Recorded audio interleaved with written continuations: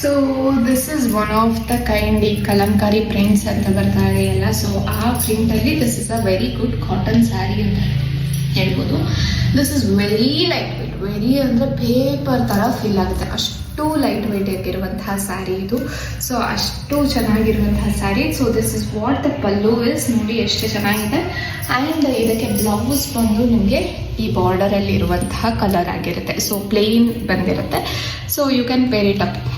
ಇದಕ್ಕೆ sleeveless blouse ಹೊಲಿಸ್ಕೊಟ್ಟದ್ದು ತುಂಬ ಚೆನ್ನಾಗಿ ಕಾಣುತ್ತೆ. And we have many colour options. ಅದರಲ್ಲಿ I am showing you one more colour which is black. ಎಲ್ಲರಿಗೂ ಚೆನ್ನಾಗಿ ಕಾಣುತ್ತೆ. ಸೊ ಈ ಥರ ನೋಡಿ, ಇದು ಪ್ಲೇನ್ ಫ್ಯಾಬ್ರಿಕ್ ಬಂದು ನಿಮಗೆ ಬ್ಲೌಸ್ ಪೀಸ್ ಆಗಿರುತ್ತೆ.